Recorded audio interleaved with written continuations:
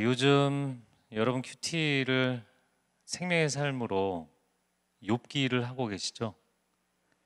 네, 욥과 더불어 상당한 고난을 당하고 계실 텐데 사실은 어떻게 보면 그 큐티를 하는 성도들도 힘들지만 설교를 매일 새벽 설교를 하는 이 목회자들도 굉장히 힘듭니다.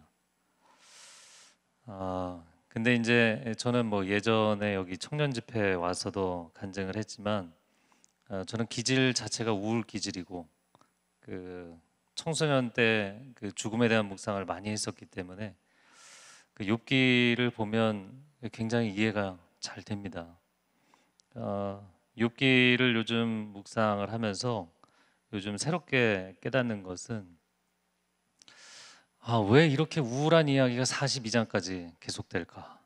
네, 그런 생각을 하면서도 만약에 욥이 그렇게 오랜 기간을 고난을 받으면서 만약에 중간에 포기를 했다면, 만약에 중간에 하나님의 얼굴을 구하는 것을 멈췄다면 어떻게 됐을까? 앉아서 그런 생각을 했습니다. 페루에서였나요? 탄광의 이 갱도에 갇혔던 그 광부들이 있었잖아요. 그 광부들이 40여일 만인가 돌아왔죠. 그런데 그 광부들이 탄광 안에서 남아있는 음식을 가지고 서로를 배려하면서 최선의 노력을 다했음에도 불구하고 굉장히 많이 사실은 힘들고 지쳐 있는 상황이었거든요. 그럼에도 불구하고 그들이 밖에 있는 사람들이 우리를 결코 포기하지 않을 것이다. 그 한 가지 믿음 때문에 건짐을 받은 거예요. 저는 욥이 하나님께 결국에는 계속해서 친구들이 힘들게 하면 할수록 하늘의 중보자를 찾게 되잖아요. 하나님, 내가 이렇게 부르짖는데 왜 응답이 없으십니까? 전 하나님께서 저에게 응답해 주시기를 원합니다. 이런 고백을 하는데요. 마치 고난이라는 것은 이렇게 터널 안을 지나가는 것과 같습니다. 터널 안을 지나가다 보면 이 전파가 끊기는 거예요. 제가 여기를 지금 수서에서 오송역까지 SRT를 타고 왔는데 SRT 그 내부에 와이파이가 터지게 돼 있어요. 그래서 연결을 커넥트를 하면 연결이 됩니다. 그럼에도 불구하고 구간 중간에 끊기더라고요. 여러분, 고난의 시간에는 참 이상한 게요. 평상시 내가 평안할 때는 하나님의 음성이 그렇게 잘 들렸는데 하나님이 나를 사랑하신다는 확신이 분명했는데 고난의 터널을 지나갈 때는 하나님의 음성이 들리지 않아요. 사람들의 소리, 사람들이 나를 비난하고 오해하고 나의 인생에 대해서 왈가왈부하는 소리만 들릴 뿐이죠. 근데 저는 이번에 그 욥기를 다시 묵상을 하면서 욥이 하나님께 전화를 한 거예요. 근데 분명히 하나님께 전화가 간 것 같은데 하나님이 답변이 없으신 거예요. 하나님께서 뭐 욥기 1장, 2장 욥의 고난의 시간 이후에 3장부터 37장까지 침묵하시잖아요. 그 38장에 이제 회오리 바람 가운데 등장을 하셔서 말씀하시는데 그 하나님께서 아무런 대답을 안 하시는 것 같은데 그런데 욥이 여보세요, 여보세요. 하나님 제발 말씀을 좀 하세요. 근데 이게 하루 이틀이죠. 그럼에도 불구하고 하나님의 보이스, 하나님의 음성이 들리지 않으면 끊어야 정상인데 욥이 그 전화를 끊지 않았다는 거예요. 할렐루야. 여러분, 인생의 고난의 시간에는 하나님의 음성이 들리지 않습니다. 근데 하나님께서 나를 포기하셨거나 하나님께서 내게 무관심하시기 때문이 아닙니다. 이 고난의 터널을 지나갈 때는 내가 그 구간을 혼자 지나가야 되는 인생의 시간이 주어진 것입니다. 그런데 그때 많은 사람들이 내가 왜 이 고난을 당해야 되나, 이 고난의 이유에 대해서 그 해답을 찾으려고 합니다. 고난을 당할 때는 해답을 찾는 것이 아니라 하나님을 찾아야 될 줄로 믿습니다. 결국에 38장에 하나님이 등장하셨어요. 38장부터 41장까지 하나님 말씀하시는데 욥의 질문에 대해서 대답해 주신 게 있나요? 하나도 대답해 주신 게 없어요. 그런데 놀랍게도 욥이 그 하나님의 프레젠스, 하나님의 임재 자체를 해답으로 받아들입니다. 할렐루야. 저는 이게 욥기에서 너무너무 중요하다고 봐요. 내가 원하는 답을 들은 게 아니에요. 내가 질문한 것에 대한 답을 찾은 게 아닙니다. 그냥 하나님이 여기 나와 함께 하시다는 그 사실을 하나만으로 인생의 모든 게 풀린 거예요. 하나님이 나와 함께 하시면 인생의 평탄한 길을 갈 때도, 고난의 길을 갈 때에도 넉넉하게 감당하게 될 줄로 믿습니다. 내가 홀로 있는 것이 아니구나. 하늘에 먹구름이 가득하기 때문에, 그냥 온통 세상이 어둡기 때문에, 아무것도 빗줄기가 들어오지 않기 때문에 보이지 않을 뿐이지, 그 위에 찬란한 태양이 있다는 것을 믿는 거예요. 이 터널의 끝이 보이지 않지만 그 터널의 끝을 향해서 오늘도 포기하지 않고 한 걸음씩 걸어가는 것은, 우리가 오늘 찬양했잖아요. 한 걸음 한 걸음, 한 걸음 한 걸음 걸어가는 것은 터널의 끝에서 찬란한 빛 가운데 나를 두 팔 벌려 맞이해 주실 주님께서 서 계신 것을 믿기 때문입니다. 아멘이신가요? 그래서 욥기를 보면서 제가 사실은 하여튼 뭐 우울 기질이고 또 우울한 어린 시절을 보냈기 때문에, 근데 저는 묵상을 하고 그 욥기를 묵상하는 게 굉장히 이제 저는 좋은데, 그 설교를 하다 보면 이제 설교자들도 각자 특징이 있잖아요. 그래서 어떤 분들은 설교하면 막 사람들이 웃고 즐거워하고 그런데, 하여튼간에 저는 이렇게 예배 인도를 하고 나면 다 울고 있어요. 저는 그냥 울리는 은사입니다. 그 제가 예전에는 욥기 설교를 하면서 인생은 기본적으로 서퍼링, 인생은 기본적으로 고통입니다.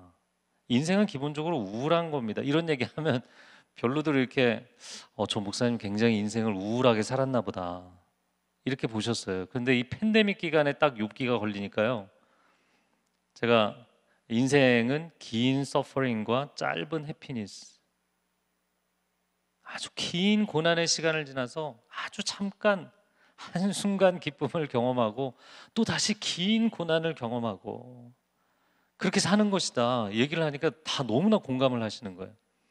여러분 그렇잖아요. 이제 입시가 다가오는데 중학교 3년, 고등학교 3년, 6년 동안 얼마나 고생을 합니까 우리 자녀들이. 그렇게 해서 대학 합격하면요, 합격의 기쁨 그게 잠시입니다. 며칠, 뭐 길어야 몇 달. 또 대학 가서 졸업하는 그 시점에 내가 경쟁력을 갖추려고 또 얼마나 4년 동안을 고생을 합니까? 취업의 기쁨 아주 잠시죠. 그리고 회사 들어가서 또 얼마나 긴 세월을 고생을 합니까? 할렐루야. 제가 지금 욥기 얘기하고 있는 거예요. 욥기. 그래서 저는 여러분이 그 욥기를 묵상하시면서 오늘도 또 이 본문, 근데 우리의 삶의 자리가 오늘도 또 내가 이 빡빡한 현실 속에 들어가야 되는 거잖아요. 영적 전쟁이 치열함에도 불구하고 우리가 날마다 이렇게 예배당에 모여서 함께 예배하고 하나님 찬양하면 얼마나 좋겠어요. 그러나 삶의 현장이라는 것은 너무나 메마른 것이거든요. 욕과 같이 내가 하나님을 경외하는 마음을 유지하려고 해도 끊임없이 찌르고 흔들어대는 그 사람들 곁에 살아야 되는 거거든요. 하나님의 음성은 들리지 않고 사람들의 소리만 가득한데 그 한가운데서 내가 하나님을 붙든다는 것이 얼마나 어려운지, 그럼에도 불구하고 끝까지 가는 사람들이 욥의 회복을 경험하게 될 줄로 믿습니다.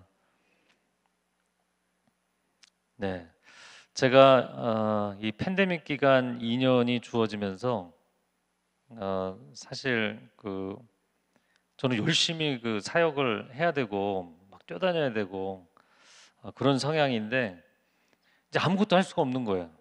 팬데믹 기간에 뭐 사람들을 만날 수도 없고 뭐 집회를 할 수도 없고, 팬데믹 기간에 했던 두 가지 중에 한 가지는 작년 1년 동안은 하여튼 하루 종일 성경 보면서 보라 통독이라는 책을 썼습니다. 통독책을 하나 썼고요. 그리고 또 한 가지는 제가 이제 큰 집회나 뭐 대면 사역들을 쭉 해오다가 직접 2명, 1명, 3명, 뭐 최근에 조금 인원수가 늘어서 5명, 6명 난 크리스찬들 정확하게 얘기하자면 옛 크리스찬, 아직 크리스찬이 되지 않으신 분들, 그런 분들 제가 직접 찾아가서 복음 전하고 같이 기도하고 성경 공부하고 그런 걸 하고 있습니다. 최근에 한 그룹을 마무리를 했는데 어제 그 마무리 모임을 했는데 한 사람씩 간증을 하면서 얼마나 많이 우리가 울고 함께 찬양하고 기도했는지 몰라요. 제가 요즘 초신자들을 전도하면서 정말 이 감사한 것은 한 영혼이 얼마나 소중한지 모르겠어요. 그리고 그 한 영혼이 하나님 앞에 나오는데 있어서 이 말씀의 능력, 그 말씀을 통해서 한 사람이 주님을 만나는 인격적인 만남, 이것이 얼마나 놀라운 축복인지 모르겠습니다. 저는 새벽 예배 참 중요하게 생각하는데 제 주변에 이제 전도 열심히 하시는 분들이 있어요. 여러분 팬데믹 기간에 무슨 전도를 하겠나 싶겠지만 팬데믹 기간이라서 전도를 더 잘하는 분들이 있더라고요. 할렐루야. 이분들의 논리는 이겁니다. 내가 전도를 하려고 해도 예전에는 다 스케줄이 바빴던 거예요. 그래서 전화하고 만나자 그러면 나 지금 일정이 있고 바쁘다 이랬던 분들이 다 집에 그냥 가만히 계실 수밖에 없으니까 전화를 하면 얌전히 전화 받으시고 또 인생이 우울하니까 위로해주면 또 그게 너무 고맙고 그래서 이 전도자들이 팬데믹 기간에 전도를 너무너무 잘 하시더라고요. 그리고 또 한 가지 감사했던 것은 이 전도하시는 분들이 제 소신이기도 한데 새벽 예배에 전도한 사람을 데리고 오는 거예요. 우리는 보통 어떻게 생각하냐면 전도를 해서 주일 예배 데려온다고 생각하거든요. 초신자인데 이제 걸음마인데 일주일에 한 번 나와줘도 고마운 거지. 그런데 그렇게 일주일에 한 번 나오고 새가족 등록하고 뭐 구역 예배 드리고 이것까지는 좋은데요. 10년이 지나도 20년이 지나도 일주일에 한 번씩만 나오잖아요. 내가 교회 생활을 오래 했기 때문에 신앙의 연륜이 꽤 된 것 같은데 하나님과 친밀하지가 않아요. 근데 제가 이 초신자들을 새벽 예배에 모시고 오라고 새벽 예배에 매일 나오시니까요. 6개월 만에 9개월 만에 방언을 받고 하나님의 임재 체험을 하고 그냥 하나님 이름만 이야기해도 막 눈물을 쏟으며 고백을 하고 간증을 하세요. 이분들이. 할렐루야. 여러분 초대교회 성도들과 오늘날 지금 우리가 뭐 열심히 신앙생활 하지만 큰 차이점은 무엇이냐면 초신자의 차이라고 생각합니다. 초대교회 당시에는 로마 제국의 박해를 받으면서 내가 지금 예수를 믿겠다, 내가 예수를 믿는 신앙생활을 시작하겠다, 이 비기너, 초신자, 이제 시작하는 사람이 되겠다는 게 순교를 각오해야 됐어요. 무슨 얘기인지 아세요? 시작점이 다른 거예요. 그 내가 일주일에 한 번, 뭐 조금 바쁘면 한 달에 한 번, 뭐 이렇게 가는 거지. 그러다가 좀 뭐 몇 년 지나면 내가 구역 모임도 할 수 있고. 그러니까 신앙생활을 오래 하면서 분명히 신앙생활이라는 어떤 패턴에는 내가 익숙해져 가는데 하나님의 마음을 잘 모르는, 특히 욥기 같은 게 나오면 적응이 안 돼요. 제가 보라 통독에서도 좀 정리를 했는데 이 지혜 문학 또 성경의 전체 이제 흐름을 보면 신명기나 잠언 같은 경우에는 같은 맥락입니다. 순종하면 복을 받고 불순종하면 화가 임한다. 너무나 심플하잖아요. 신앙의 101 가장 기본적인 내용입니다.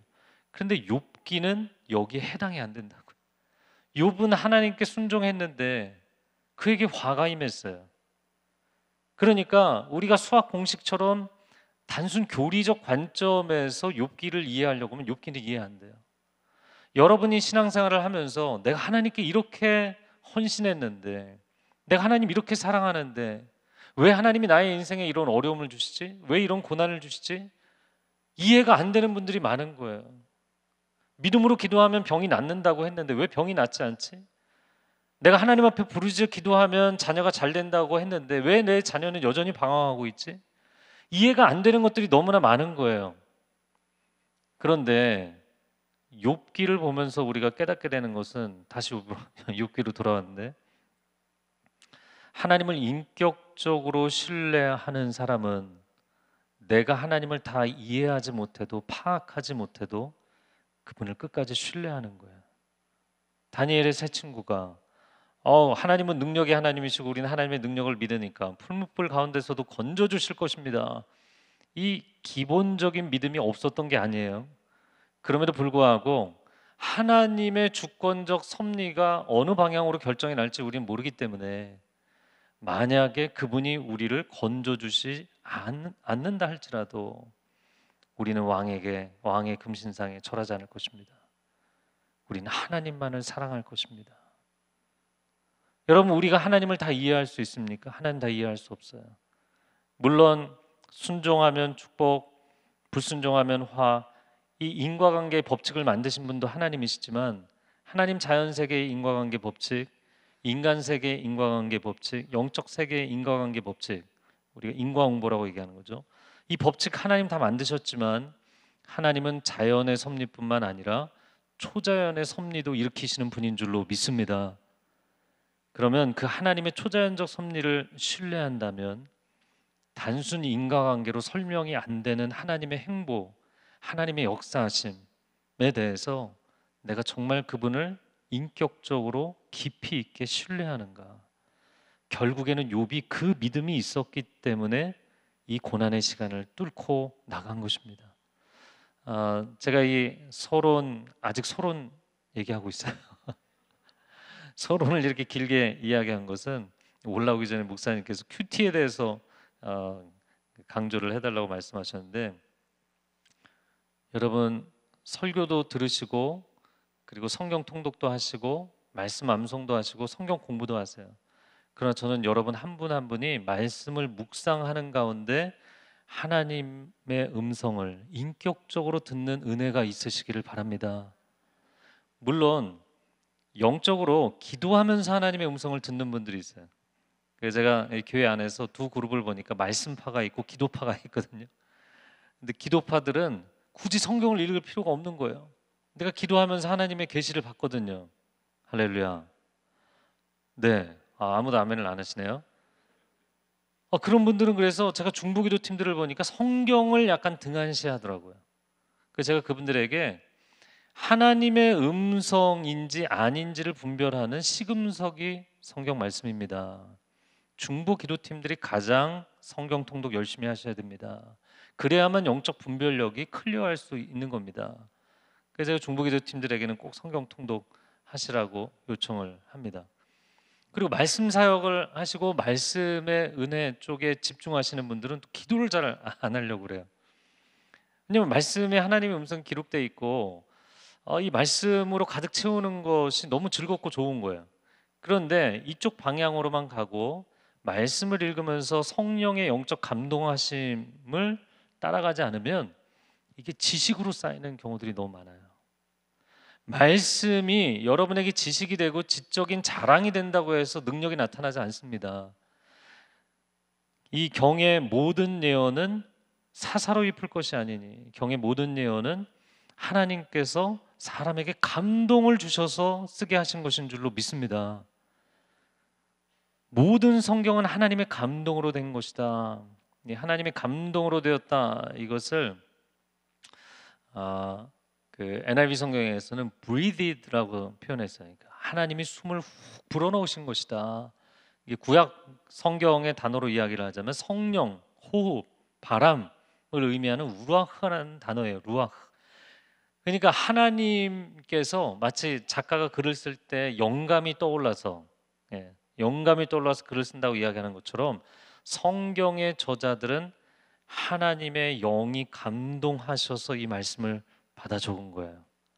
저는 여러분이 성경을 읽을 때 이것을 글자로 보는 것이 아니라 성령의 감동하심으로 볼 수 있게 되기를 바랍니다. 저는 성경을 읽고 묵상할 때마다 하나님 앞에 사모하고 기도하는 것이 성경의 저자들이 경험한 성령의 감동하심을 제게 허락하여 주옵소서. 제가 이 성경을 읽고 묵상할 때 성령께서 말씀하셔서 그들이 받아 적고 성령께서 감동하셔서 그들이 느꼈던 그 감동을 제게도 허락하여 주옵소서. 여러분, 그래서 큐티를 하면서 여러분 한 분 한 분이 정말 그 성경의 저자들이 경험한 놀라운 영적 감동을 체험하시기를 축복합니다. 성경 공부와 큐티는 조금 다른 거예요. 성경 공부는 제가 이제 오늘 누가복음 5장 말씀을 함께 볼 건데요. 한 본문을 놓고 10명이 성경 공부를 해도 각자 따로 앉아서 성경 공부를 해도 관찰, 해석, 적용 이런 귀납법적 성경 연구를 하면 거의 결론이 똑같게 돼 있어요. 왜냐하면 객관적인 접근법이기 때문입니다. 그런데 큐티는 주관적인 접근법이에요. 그래서 오늘 본문을 놓고 제가 묵상식 설교를 하겠지만 여러분이 다르게 묵상하실 수 있어요. 10명이 한 본문을 놓고 묵상을 해도 10명이 다른 해석과 적용을 할 수 있습니다. 그런데 그게 잘못된 게 아니에요. 왜냐하면 오늘 우리가 읽어주신 말씀에서 내가 시몬이 되어서 주님을 만나보면 나의 심령, 나의 인생, 그 개인적인 자리에 하나님께서 말씀해 주시고 조명해 주시는 포인트가 있기 때문이에요. 할렐루야. 그래서 어떤 분들은 이렇게 생각하시더라고요. 아니, 하나님의 이 진리의 말씀을 각자 주관적으로 자기 관점대로 묵상을 한다? 그 위험한 거 아니냐? 네, 위험한 겁니다. 근데 영어 단어로 이제 크리티컬이라는 단어가 위험하다라는 뜻도 있고 중요하다는 뜻도 있어요. 무슨 얘기냐면 우리가 성경 말씀을 몰라서 삶에서 역사가 나타나지 않는 게 아니에요. 오늘날 세상에 손가락질을 당하는 교회가 되고 크리스찬들이 된 것이 여러분 우리가 성경의 지식이 부족해서가 아닙니다. 설교의 홍수 시대에 살고 있습니다. 성경의 좋은 콘텐츠들 유튜브에 너무너무 넘쳐납니다. 말씀이 나를 향한 하나님의 음성으로 들리지 않기 때문이에요. 말씀이 내면화되지 않기 때문이에요. 객관적인 지식이 아무리 많다고 해도 능력이 나타나지 않는 거예요. 이게 안타까운 것이거든요. 여러분, 시몬 베드로를 부르셨던 그 주님의 음성이 여러분 각자에게 들리는 음성이 될 수 있기를 바랍니다. 그러면요, 말씀 한 구절을 읽고 인생이 뒤집어지게 돼 있어요. 이거 뭐 내가 다 옛날부터 많이 봤던 본문 그렇잖아요. 뭐 삭개오 본문, 베드로 본문 너무나 잘 아는 얘기잖아요. 지식으로 접근을 하면 사람이 교만해지게 돼 있어요. 그러나 내가 존재론적으로 이 말씀 안에서 내가 예수 그리스도를 그분의 현존을 말씀의 임재로 체험한다. 그럼 이야기는 달라지는 거예요. 내가 시몬이 되어서 그 자리에서 주님의 콜링 앞에 반응하고 대답을 해야 되기 때문이에요. 내가 따라갈 것인가 말 것인가를 결정해야 되기 때문이에요. 네, 오늘로부터 해서 3일 동안 큐티 페스티벌 가운데 하나님께서 말씀의 충만함과 성령의 충만함을 주실 때 여러분 모두에게 그 하늘의 귀한 보화와 선물들이 충만하게 임재하시기를 바랍니다. 제가 사실은 도입 부분에 재밌는 얘기를 하려고 한 가지 써왔는데 저는 두 아들이 있습니다. 네, 두 아들 지성이, 지훈이가 지금은 대학생, 고등학생이 됐지만 얘들이 아주 어렸을 때 얘기예요. 큰 아들이 6살, 둘째가 2살 때였는데 저희가 이제 그 캐나다에서 사역할 때였습니다. 이렇게 저희 그 처제 가족하고 이제 저희 가족하고 함께 모였을 때인데 이 어른들은 밖에서 뒷뜰에서 이야기를 나누고 있었어요. 근데 집안에서 갑자기 이렇게 비명 소리가 들리는 거예요. 그래서 뭐 아들 둘이 있으니까 제가 딱 순간 사고가 났구나. 그러고 이제 들어갔습니다. 딱 들어갔더니 마루에 거실에 저희 큰 아들이 6살짜리가 태권도 도복에 이제 노란 벨트를 딱 이렇게 메고 서 있고 둘째가 대자로 쓰러져 있더라고요. 상황 파악이 대략 되잖아요. 제가 지성이에게 그랬습니다. 야, 지성아, 이게 어떻게 된 거냐? 그랬더니 지성이가 멍한 표정으로 아빠, 내가 지훈이한테 태권도를 하자 그러니까 얘가 한다 그랬거든. 이렇게 얘기를 하더라고요. 그런데 저희 지훈이가 그때 만 1살 반 될 때인데 아니오라는 대답을 아직 배우기 전이었어요. 그러니까 뭘 물어보면 그냥 응 이거밖에 할 줄 모르는 거예요. 그러니까 이야기가 이렇게 전개된 겁니다. 이제 형이 태권도 할래? 너 여기 서봐. 형이 앞발차기 보여줄까? 그리고 앞발차기를 했는데 정통으로 맞은 거예요. 그래서 애가 이제 완전히 대자로 뻗은 겁니다. 낙다운이 됐어요. 그래서 제가 큰아들한테 야, 동생을 절대로 때리지 말라고 했잖아. 아빠가 그렇게 얘기했는데 왜 동생을 때렸냐? 그랬더니 저희 큰아들이 뭐라고 대답을 했냐면, 아빠, 내가 그러면 안 된다는 걸 아는데 이 몸이 말을 듣지를 않아, 그러더라고요. 와, 거의 뭐 한 16년 전 이야기예요. 그런데 정말 명언 아닙니까? 그리고 제가 이걸 생각을 해보니까 이게 영적인 진리인 거예요. 그래서 제가 도입 부분에 말씀을 드렸는데, 우리 인생이 똑같아요. 내가 어떻게 살아야 하는지 알아요. 그동안 말씀을 통해서 너무나 여러 차례 들었어요. 그런데 몸이 말을 듣지를 않는 거예요. 여러분이 오늘 본문 굉장히 많이 설교로 들었고 성경 공부도 많이 하셨어요. 순종하면, 말씀에 의지하여 순종하면 기적을 체험할 것입니다. 아멘이신가요? 아멘이죠. 그런데 문제는 무엇이냐면, 그게 정답인 것을 아는데 삶에서는 그게 잘 안 된다는 거예요. 왜 삶에서는 그게 안 될까? 마치 우리 자녀들이 수학 공부할 때 공식 외웠거든요. 그 챕터에서 공식 외우고 딱 기본 예제 같은 경우에는 공식만 대입하면 쫙 풀려요.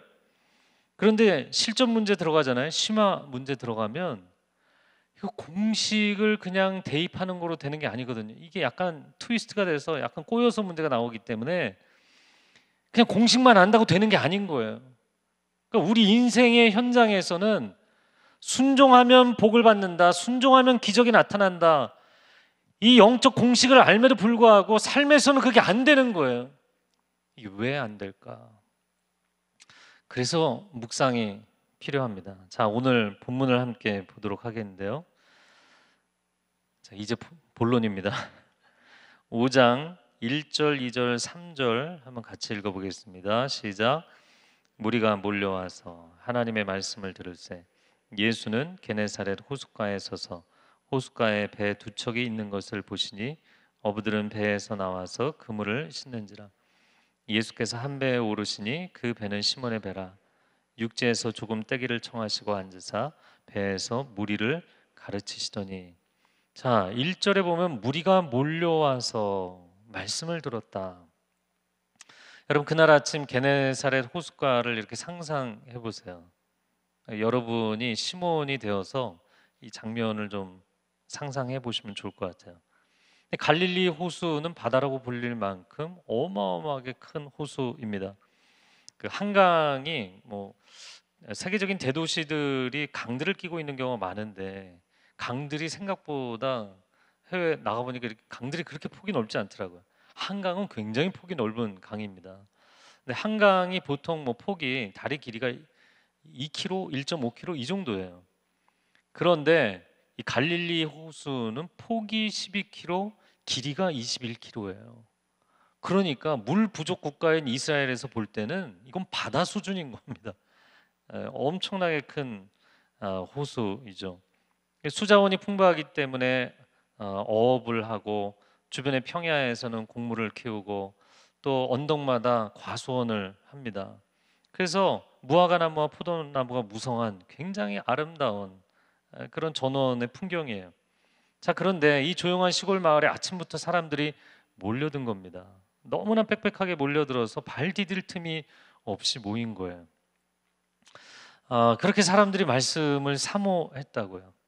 그런데 여러분이 시몬이 되어서 그 장면을 계속 두 번, 세 번 반복해서 읽으시면서 본문을 묵상해 보면 오늘 본문에서 두 가지 이상한 장면을 발견하게 됩니다. 여러분이 1절과 2절 보시면서 뭔가 이상하셔야 돼요. 첫 번째는 예수님이 딴 데를 쳐다보고 계셨다는 거예요. 자, 보세요. 1절에 보면 무리가 몰려와서 말씀을 들었다라고 돼 있는데, 예수님을 주어로 하는 동사를 보시면 예수는 호숫가에 서서 배 두 척이 있는 것을 보셨다. 자, 지금 무리들의 시선과 예수님의 시선이 엇갈리고 있죠. 지금 예수님의 말씀을 열심히 듣겠다고 말씀을 사모해서 찾아온 무리들을 예수님 바라보고 계신 게 아니라 저쪽에서 이 말씀 집회에 참여하지 않은, 오늘로 이야기를 하자면 이렇게 와서 예배당에서 예배 드리시는 분, 또 온라인으로 함께 참여하는 그런 분들 말고요, 아예 참여조차 하지 않고 있는 누군가를 예수님이 보고 계신 거예요. 그 예수님은 왜 그들에게 관심을 가지셨을까? 이게 한 가지 이상한 부분이고요. 또 한 가지 이상한 그림은 베드로와 어부들만 관심이 없었다는 거예요. 아니, 예수님이 해변에 오셔서 주변의 사람들이 어마어마하게 몰려든 겁니다. 갈릴리 해변에 이제 가보신 분들은 알겠지만, 게다가 이제 게네사렛은 갈릴리 해변가 중에서도 해변이 좀 큰 해변이었어요. 왜냐하면 게네사렛 지역은 평원으로 이어지는 지역이기 때문입니다. 그런데 거기에 얼마나 사람들이 많이 모였으면 예수님이 배를 타고 뒤로 물러나야만 할 정도로 사람들이 몰려든 거예요. 그러니까 그렇게 몰려드니까 예수님이 뭐 물에 빠질 수는 없으니까 이제 배를 타고 티칭을 하신 겁니다. 어 그러면 동네에 있는 남녀노소, 뭐 과수원지기, 농부, 어부, 동네 사람들이 다 모인 거예요. 근데 왜 베드로와 그 동료들만 관심이 없었느냐라는 것이죠. 자, 그런데 우리가 3절에 읽은 것처럼 예수님이 강의를 하시다 말고 갑자기 그 어부들에게, 자, 수업을 하면서 여기 있는 학생들을 보는 게 아니라 저기 운동장에 있는, 운동장에 나가서 수업 빠지고 벤치에 앉아 있는 학생들을 보다가 갑자기 그들에게 가신 거예요. 그리고는 배 두 척 중에 한 척에 오르셨어요. 그리고는 이게 누구의 배니? 시몬이 고개를 푹 숙이고 저요 이랬겠죠. 그런데 이게 우연히 그 배를 타신 게 아니라 사실은 의도적인 선택이었잖아요. 시몬의 마음이 좀 상당히 어려웠을 거라고 생각이 됩니다. 제가 이제 그 위치에 있어 보니까 지금 시몬은 우리가 잘 아는 것처럼 밤새 조업을 했는데 한 마리도 못 잡았고 마음이 굉장히 힘들고 어렵고 피곤하고 지쳐서 집에 갈 생각이었다고요. 그물을 씻는다는 것은 오늘 밤에 또 조업을 나와야 되기 때문에 정리하고 지금 귀가하려는 상황에 예수님한테 딱 걸린 거예요. 조금 타이밍을 빨리 하려고 했는데 예수님이 계속 이제 그물 씻는 이 프로세스를 보시다가 집으로 가기 직전에 그냥 딱 예수님 오셔서 배에 올라타신 거예요. 자, 시몬이 어쩔 수 없이 예수님을 배에 태우느라 자기도 배에 올라타서 해변에서 말씀을 티칭하시는 예수님의 그 음성을 듣게 된 거죠. 처음에는 앉아서 제가 막 시몬이 돼서 궁시렁거리고 있더라고요. 야, 하필이면 왜 이렇게 걸렸을까? 빨리 집에 갔어야 됐는데. 그리고는 뭐 팔레스타인은 밤에는 굉장히 춥지만 아침이 되면 이제 햇살이 따사롭고 이제 낮 시간으로 가면 막 더워지기 시작하거든요. 그러니까 졸리고 피곤하고 그런 상황에 지금 배에 앉아 있는 거예요, 시몬이. 근데 어느 순간부터 주님의 음성이 들리기 시작했겠죠. 예수님이 보통 사람들을 모아놓고 식사도 거르실 만큼 오랫동안 티칭을 하셨잖아요. 하나님 나라에 대해서 비유로 가르치시고 정말 귀중한 말씀을 많이 하셨잖아요. 그 배 속에 앉아서 꼼짝없이 갇혀서 말씀을 들은 거예요. 자기 의지와 상관없이. 자, 4절, 5절 오늘 본문 같이 읽겠습니다. 말씀을 마치시고 시몬에게 이르시되 깊은 데로 가서 그물을 내려 고기를 잡으라. 수고하였으되 잡은 것이 없지만은 말씀에 의지하여 내가 그물을 내리리이다. 아멘. 자, 말씀을 마치셨다. 무슨 말씀을 하셨는지 오늘 본문의 내용이 나오지 않아요. 그러나 우리가 예수님의 사복음서의 그 행적을 이렇게 쭉 따라가 보면 예수님 사람 모아놓고 뭐 5분, 1시간 이렇게 티칭하지 않으셨거든요. 거의 뭐 종일 이렇게 가르치셨기 때문에 상당히 긴 시간을 하셨을 것이라고 추정이 됩니다. 자, 말씀이 끝났어요. 오늘 말씀 집회가 끝났습니다. 그럼 다 어디로 갈까요? 자기 집으로 가고 일터로 돌아가겠죠. 그럼 이제 예수님도 배에서 내리셔야 되는데 예수님이 배에서 내리실 생각이 없으신 거예요. 왜였나요? 오늘 해변가에 나오셔서 진짜 예수님이 하고 싶으셨던 일을 지금부터 시작하시는 거였어요. 갑자기 그 배에 앉아 있는 시몬에게 깊은 데로 나가서 그물을 내려서 고기를 잡으라고 말씀하셨어요. 여러분, 시몬의 입장에서는 이거는 굉장히 무리한 요구였습니다. 우리 여러분 잘 아시는 것처럼 예수님은 원래 직업이 뭐였나요? 목수였잖아요. 그러니까 목수가 지금 베테랑 어부에게 물고기 잡는 법을 가르친다는 게 일단 말이 안 되는 거고요. 그리고 갈릴리 호수에서 지금 베드로가 조업을 밤에 했나요? 낮에 했나요? 밤에 했잖아요. 거기서 조업은 밤에 해야 되는 건데 이 벌건 대낮에 무슨 물고기를 잡는가? 그리고 여러분이 이제 갈릴리 호수 나중에 성지순례 해보시면 그 베드로 물고기라고 주변 식당에서 이제 식사를 할 수 있는데 낮은 곳에 물고기들이 많아요. 깊은 데 있는 것이 아니라 낮은 곳에 물고기가 많습니다. 게다가 이 시몬 베드로가 밤새 조업을 하며 한 마리도 잡지를 못했기 때문에 너무나 지쳐 있고 피곤한 상태였어요. 다시 지금 뭔가를 시작할 수 있는 타이밍이 아닌 거예요. 게다가 여러분, 그물을 씻었다는 것은 이제 마무리를 했기 때문에 오늘 밤에 다시 나올 수 있는 준비를 해놓은 건데 지금 그물을 던졌다가 또 아무것도 못 잡고 허탕을 치면 다시 씻어야 돼요, 처음부터. 그러니까 이 요구는 굉장히 단순한 것 같지만 베드로로서는 순종하기가 가장 어려운, 전 순종할 수 없습니다, 그렇게 못하겠습니다라고 얘기할 만한 수많은 이유가 있는 일이었어요. 그런데 여러분, 시몬 베드로가 순종을 했습니까? 안 했습니까? 순종했어요. 여러분, 왜 순종했다고 생각하세요? 많은 사람들이 베드로가 단순하기 때문에 순종했다고 생각합니다. 여러분, 베드로가 단순하면 단순하게 거절할 수도 있는 거예요. 얼마나 단순한 사람이었는지 예수님이 드디어 그분이 메시아라는 것을 명쾌하게 밝히시고 그리고 십자가를 지실 것을 밝히시고 앞으로의 플랜을 쫙 얘기하셨는데 주님 죽으시면 안 됩니다. 이 얘기 누가 했나요? 시몬 베드로가 했어요. 예수노가 분명한 사람입니다. 그런데 그가 어떻게 순종을 했느냐라는 것이죠. 굉장히 이상한 부분이에요. 시몬이 과연 어떻게 순종할 수 있었는가? 여러분이 이 본문으로 아무리 성경 공부를 해도 그냥 순종하면 기적을 체험한다, 이거는 나오는데, 이 공식은 나오는데 그가 왜 순종을 했을까? 여러분이 시몬이 되어서 그의 인생을 살아보지 않고는 알 수가 없어요. 저는 이제 열두 사도에 대한 책을, 사실은 이제 책을 지금까지 쓰면서 제일 먼저 첫 번째 책이 열두 사도에 대한 책을 쓰려고 했어요. 그런데 두란노에서 신앙 인물편은 별로 잘 안 나갑니다. 이렇게 얘기를 하셔갖고 저를 쓰지를 못하게 해서 그러면 12명이 아니라 제가 4명의 수제자만 일단 쓰면 안 될까요? 그래서 일단 써와 보라고. 근데 제가 혹시 한 사람에 한 권씩 되면 어떻게 하죠? 그랬더니 막 웃으시더라고요. 뭐 그렇게 많이 나오겠느냐. 근데 제가 이제 4사람을 쓰고 한 600페이지가 나왔거든요. 그래서 결국엔 책을 못 냈어요. 나중에 언젠가 기회가 되면 한 사람에 한 권씩 쓸지 모르겠는데, 여러분, 야고보하고 시몬 베드로는 완전히 다른 어부였습니다.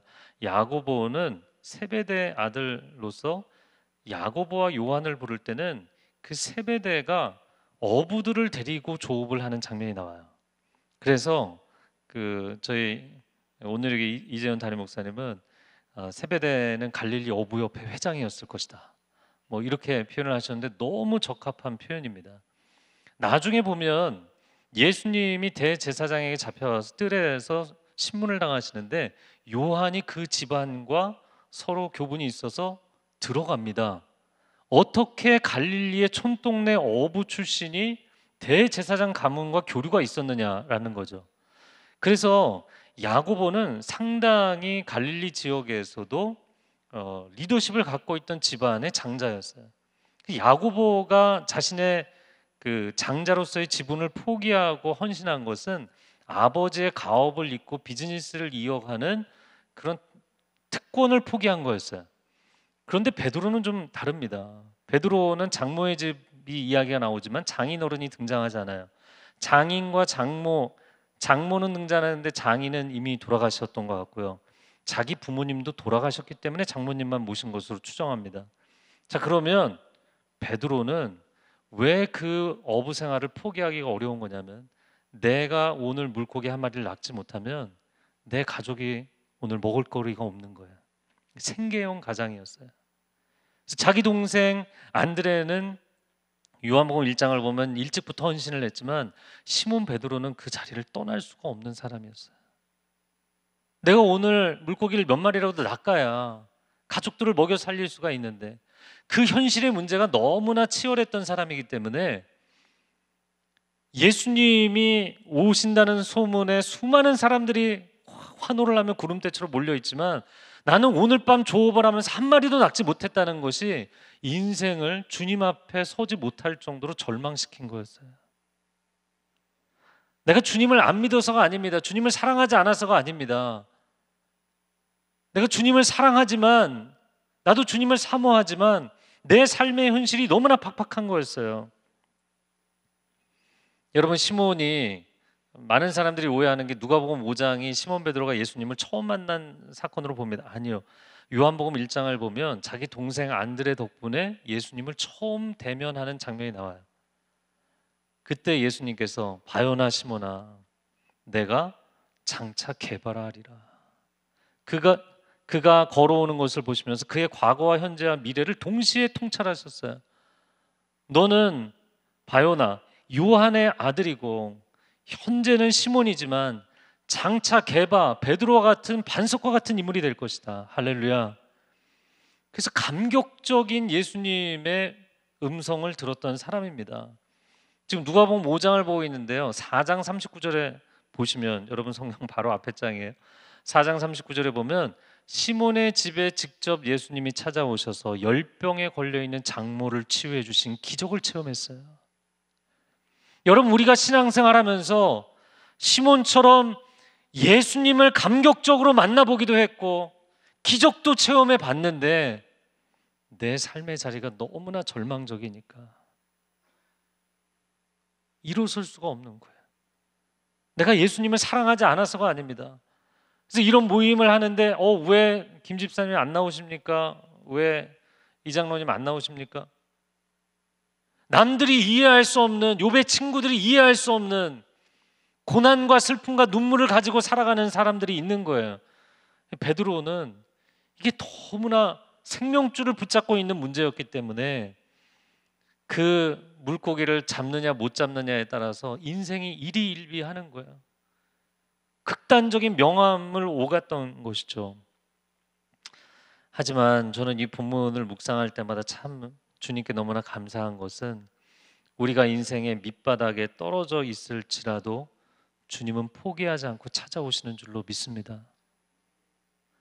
오늘 함께 있는 분들이 은혜를 받을 뿐만 아니라 함께 하지 못하신 성도님들, 이 늦은 시간에도 어디선가 일을 하고 계시는 분들, 아이들을 케어해야 되기 때문에 각자의 자리에서 계신 분들, 그분들에게도 하나님의 은혜가 임하기를 축복합니다. 하나님의 마음이에요. 주님의 마음입니다. 그래서 이 베드로가 어떻게 보면 절망하고 있기 때문에 주님께 나와봤자, 내가 저렇게 한가하게 말씀 듣고 은혜 받았다, 자기는 그럴 수 있는 인생의 처지가 아니라고 생각을 했던 거예요. 그러면 여러분, 다시 묵상하는 질문을 드려보면, 여러분이 예수님 입장에서 생각할 때 여기 지금 해변에 가득 메우고 있는, 제가 생각할 때는 수백 명을 넘어서서 수천 명이 됐던 것 같거든요. 근데 그 수많은 사람 중에 왜 제자를 콜링하지 않고 저기서 수업 빠져있는 불량 학생 시몬을 제자로 삼으시고 게다가 수제자로 세우셨을까요? 여러분, 이해가 되세요? 이게 이해가 안 되는 거잖아요. 제가 이렇게 묵상을 하면서 참 감사한 것은, 주님은 사람을 찾으시는데 어떠한 한 사람을 찾으시냐면 정말 예수님이 만나서 인생이 완전히 변할 사람을 찾으시는 거예요. 여기 있는 이 집회 해변에서 주님의 말씀 집회에 참여한 사람들은 오늘 은혜 받았습니다. 그리고 다 집으로 돌아갈 사람들이에요. 다 각자 일터로 돌아갈 사람들이에요. 다 자기 인생을 살아갈 사람들이라고요. 그런데 예수님은 인생이 완전히 바닥이 나서 저는 예수님 아니면 인생을 살 수 없습니다. 저는 예수님 한 분뿐입니다. 이런 사람을 찾고 계시는 거예요. 내 인생은 절망이기 때문에 내 인생에 소망을 주실 분은 주님밖에 없습니다. 저희 담임 목사님 그런 표현을 하셨는데 저는 이게 너무너무 잊혀지지 않아요. 자기 자신에게 실망하는 것이 아니라 절망해야 한다. 나 자신에 대해서 내가 이건 좀 부족하지, 내가 이건 조금 실망스럽지. 그런 사람들은 사사시대 이스라엘 사람들처럼 어려운 거 있으면 하나님께 매달려요. 근데 응답 받잖아요. 그럼 또 돌아서요. 또 돌아서요. 또 돌아서요. 제가 새벽 예배를 계속 인도하면서 안타까운 것은 이렇게 오랜만에 나오시는 성도님 있잖아요. 뭔가 문제가 생긴 거예요. 그리고 그 오랜만에 기도하러 나오신 분들은요, 등받이에 등을 대고 기도를 못 하시더라고요. 그냥 끝에 걸터 앉아서 막 매달려서 간절히 기도하는 거예요. 근데 1주가 지나고 2주가 지나고 한 달, 두 달이 지나면서 얼굴 표정이 이렇게 점점 밝아지기 시작하면 이제 문제가 해결되기 시작한 거예요.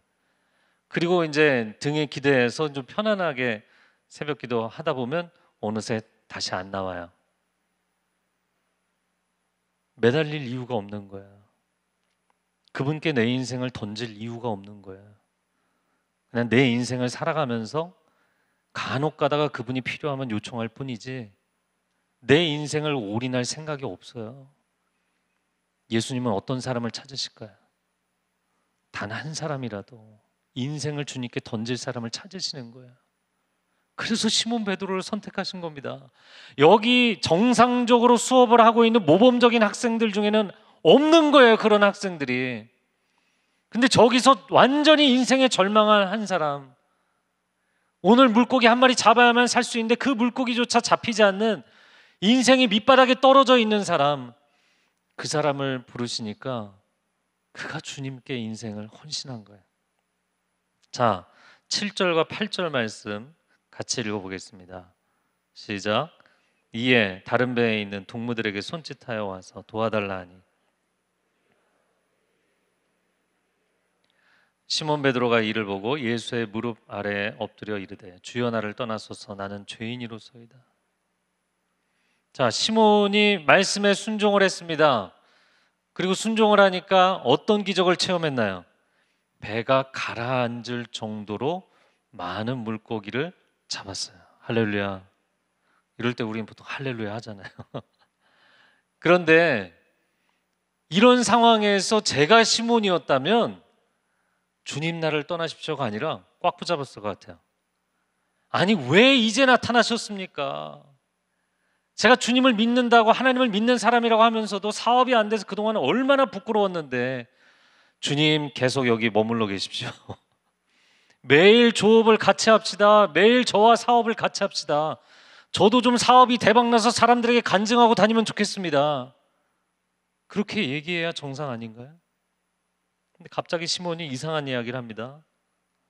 주여 제게서 떠나십시오. 저는 죄인입니다. 여러분 시몬이 왜 이런 이야기를 했을까요? 시몬이 순간 깨달은 거예요. 그 배에 올라타셔서 해변가의 사람들에게 수천 명의 사람들에게 말씀을 전하신 게 이들에게 이 청중들에게 강의를 하기 위해서 자기의 배를 빌려 타신 줄 알았는데 딱 고기를 잡는 순간 이 사람은 단순하기 때문에 직관력이 강한 사람이잖아요. 예수님이 나 한 사람 때문에 오늘 이 해변가에 찾아오셨구나. 이거를 깨닫는 순간 감당이 안 되는 거예요. 주님 저 때문에 오셨군요. 근데 저는 주님과 어울릴 수 있는 부류의 사람이 아닙니다. 저는 완전히 밑바닥 인생이고 너무나 부끄러운 인생이고 물고기 잡는 거 외에는 아무것도 할 줄 아는 게 없는 인생입니다. 주님 어울리는 사람을 찾으셔야죠. 사람을 잘못 보셨습니다. 저를 떠나십시오. 주님의 의도, 주님의 생각을 그가 알았기 때문에 주님께 떠나시라고 이야기를 한 거예요. 여러분, 그러면 정말 주님이 사람을 잘못 보신 걸까요? 물론 예루살렘으로 가면 뭐 똑똑한 사람도 많고 돈 많은 사람도 많고 지체 높은 사람들도 많고 종교적인 열심을 가진 사람들도 많겠죠. 그런데 왜 이 갈릴리 해변일까? 그 중에서도 가장 보잘것없는 왜 이 시몬 베드로일까? 여러분, 시몬의 인생을 우리가 이렇게 쭉 보면요, 시몬은 백지와 같은 인생이었어요.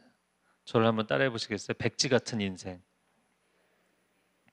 제 자신이 신앙생활을 하면서도 느끼는 것이고 성도님들이 하나님 앞에 기도하는 걸 보면서도 동일하게 경험하는 것은 하나님 백지와 같은 심령을 기뻐하세요.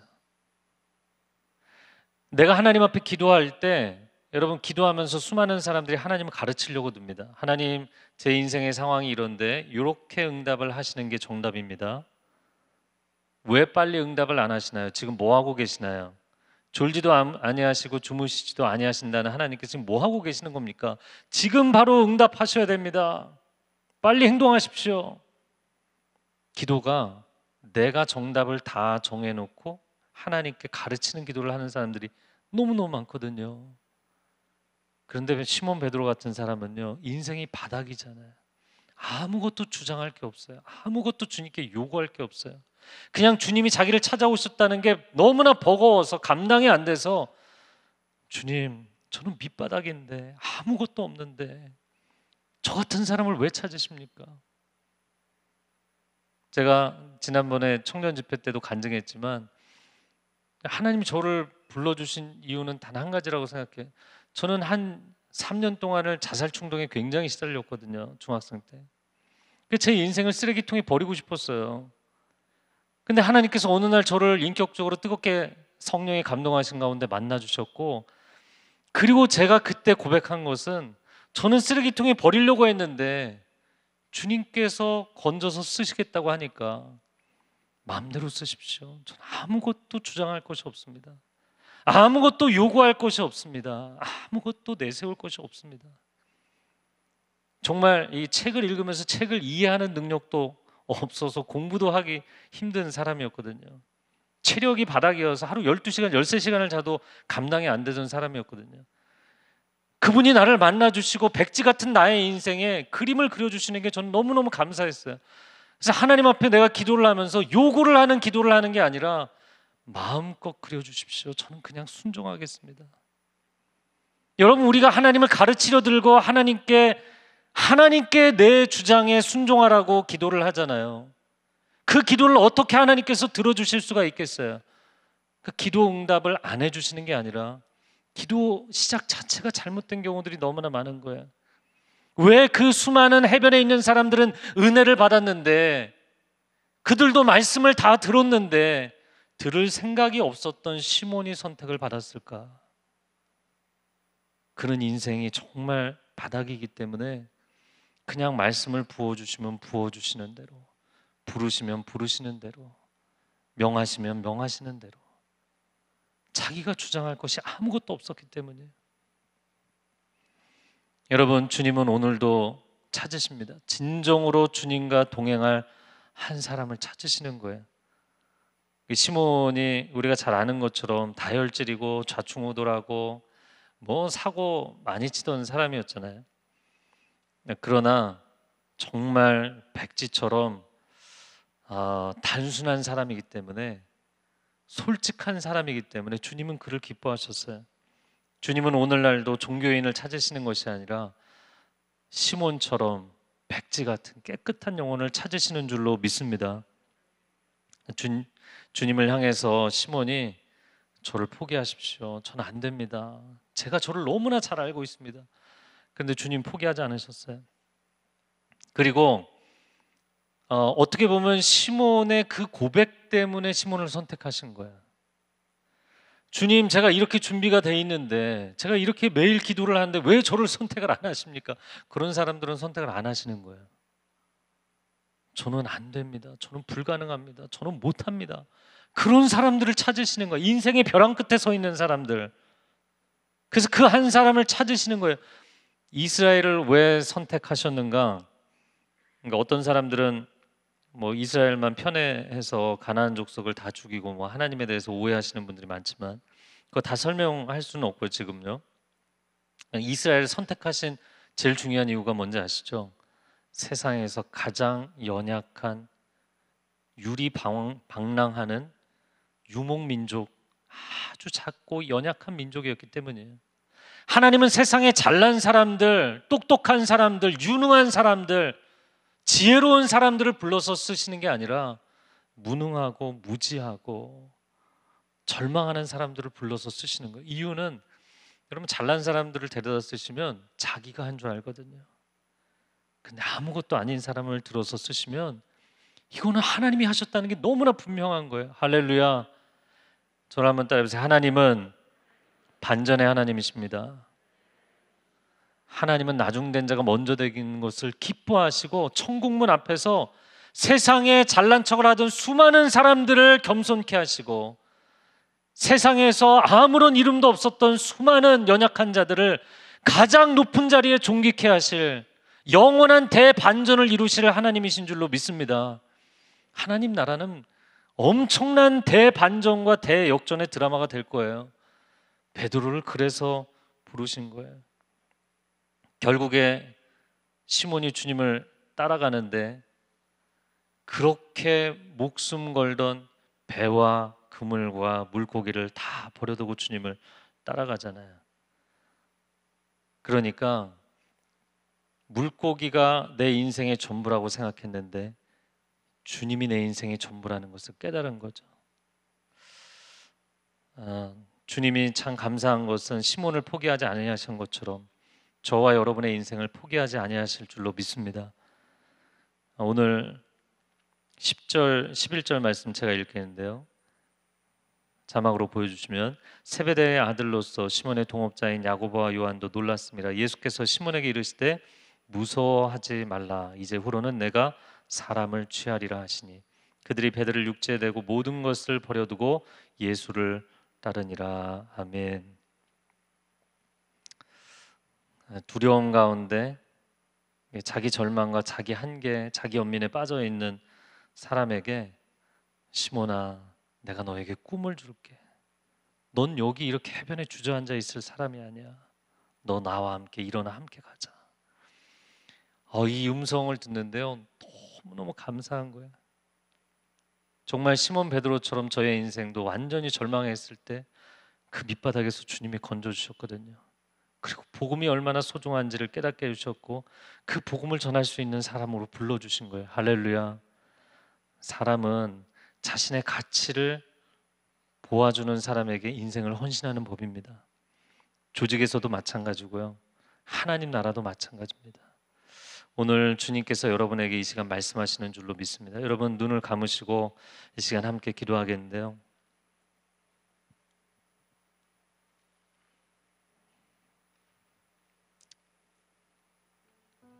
여러분의 두 손을 가슴에 모으고 함께 주님을 바라보겠습니다. 사랑하는 주님,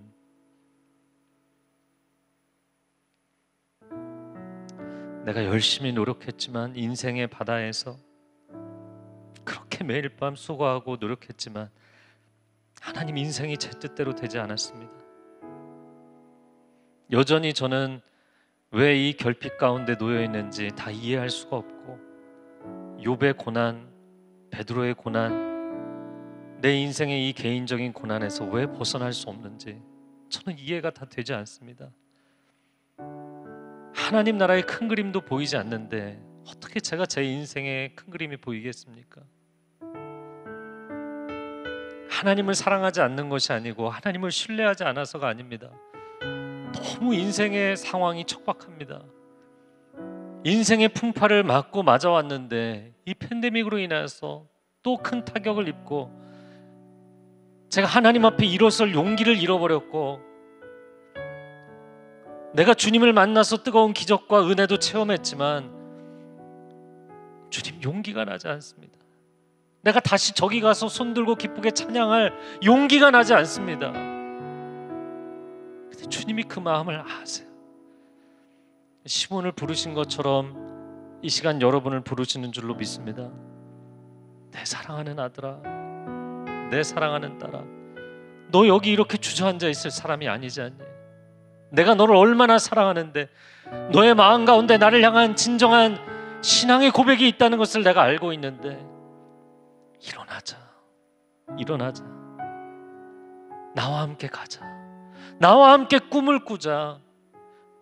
물고기 많이 잡고 물고기 많이 잡지 못하는 것, 그게 너의 인생의 결론이 아니고 너의 인생의 전부가 아니라는 것을 내가 보여주겠다. 정말 가치 있는 일, 정말 생명을 살리는 일, 내 인생을 다 던질 만큼 소중한 일들을 함께하며 살자. 주님이 부르십니다. 이 시간 그렇게 주님의 콜링에 따라가기를 원하시는 분들 있다면 자리에서 일어나시기 바랍니다. 다른 분들 신경 쓰지 마시고요.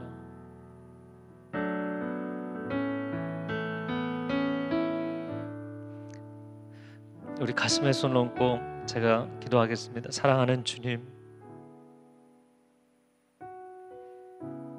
신앙생활을 열심히 해왔는데 신앙은 신앙이고 인생은 인생이고 이 장벽을 무너뜨리기가 너무나 어렵습니다. 시몬 베드로가 주님이 얼마나 좋은 분이고 놀라운 분인지 알지만 내 삶의 무게 때문에 주님을 따라가지 못하고 그 해변에 주저앉아 있을 때 주님이 그에게 찾아와서 책망하지 않으셨습니다. 너가 어떻게 이럴 수 있느냐고, 너가 어떻게 나를 버리고 이 수많은 사람들이 다 나에게 환호하는데 너는 나를 따라오지 않느냐고 책망하지 않으셨습니다. 오히려 그를 감싸주시고 그를 배에 초청하셔서 해변에 앉아있는 무리들이 아니라 그 시몬 한 사람을 위해서 그날 아침 소중한 말씀을 들려주신 주님, 그 주님의 사랑의 음성이 그의 얼어붙은 영혼을 녹여주시고 회복하셔서 그가 그 말씀을 붙잡고 내가 주의 말씀 의지하여 밤을 맞도록 밤새도록 한 마리도 잡지 못했지만 말씀에 의지하여 순종하겠습니다. 순종할 때 기적을 체험케 하시고 평생의 하나님 나라의 최고의 동역자가 되게 하신 주님, 주님을 찬양합니다. 주님을 신뢰합니다.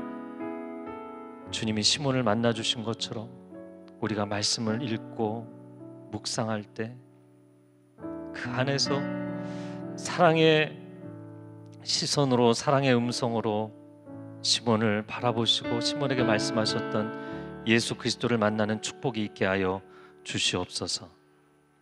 그런 은혜가 하나님의 사람들에게 온전히 임하게 하실 줄로 믿습니다. 감사드리며 예수 그리스도의 이름으로 기도합니다.